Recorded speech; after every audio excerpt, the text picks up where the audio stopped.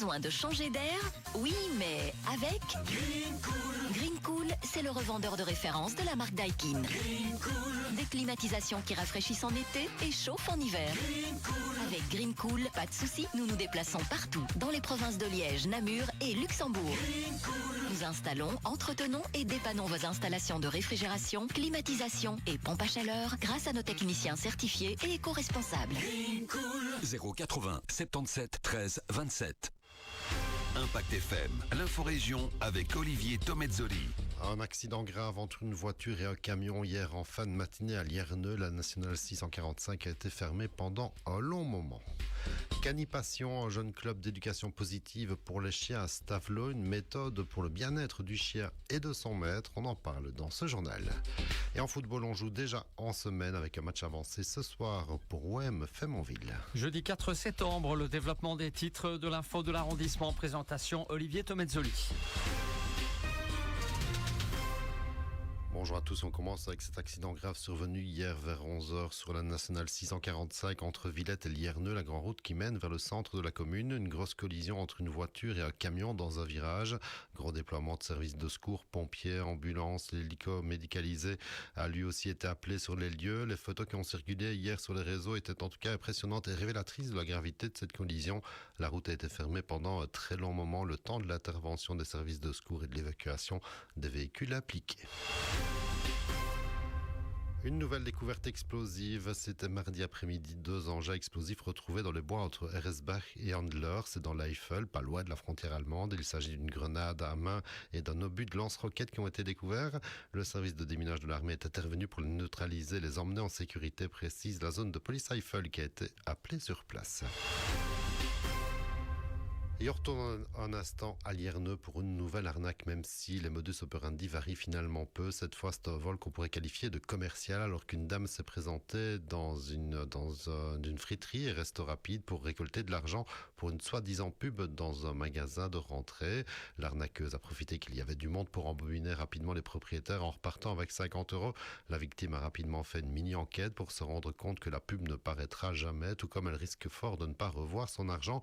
Bref, ne signer ni de donner jamais d'argent sur un coup de tête et sans prendre le temps de la réflexion.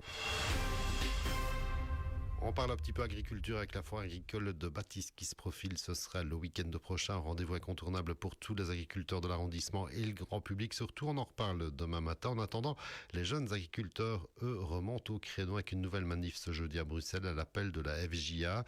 Toujours contre le projet d'accord de libre-échange dit Mercosur avec les pays d'Amérique du Sud. Le texte de l'accord va être soumis au vote au Conseil de l'Europe avant d'être présenté au Parlement européen. Les jeunes agriculteurs n'en veulent pas pour des raisons évidentes de concurrence déloyale, de risques sanitaires ou encore d'enjeux environnementaux notamment.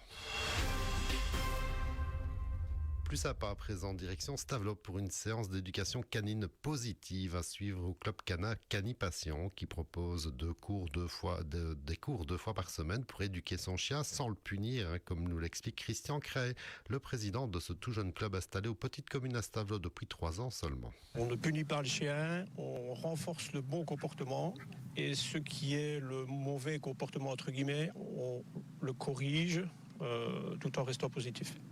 Maintenant, il y a des cas où les chiens ont des troubles du comportement et on essaie de le détecter le plus tôt possible de manière à pouvoir orienter les maîtres vers un comportementaliste avec qui on collabore.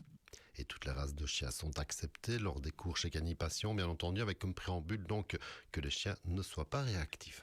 Du petit équin au patou qu'on a déjà eu, voilà, toutes les races sont les bienvenues, il n'y a pas de problème. Si c'est des chiots, ils passent dans la section chiots. Il y a 2 sections, il y a la première section où moi j'apprends vraiment la base au maître, la gestuelle qui est importante et comment réagir dans certains cas. Et puis il y a la deuxième session chiots, donc c'est des chiens qui ont 3, 4 mois, 5 mois peut-être, ça dépend un peu de l'évolution du maître et du chien par rapport au travail qui s'effectue surtout à la maison. C'est ce qui est le plus important. Nous ici, on éduque entre guillemets les maîtres et on leur montre, on les corrige et c'est à eux à essayer d'appliquer et de travailler à la maison le mieux possible pour qu'on puisse voir l'évolution et on passe de groupe en groupe. Le chien est le meilleur ami de l'homme, mais il faut que l'homme soit le meilleur ami du chien aussi.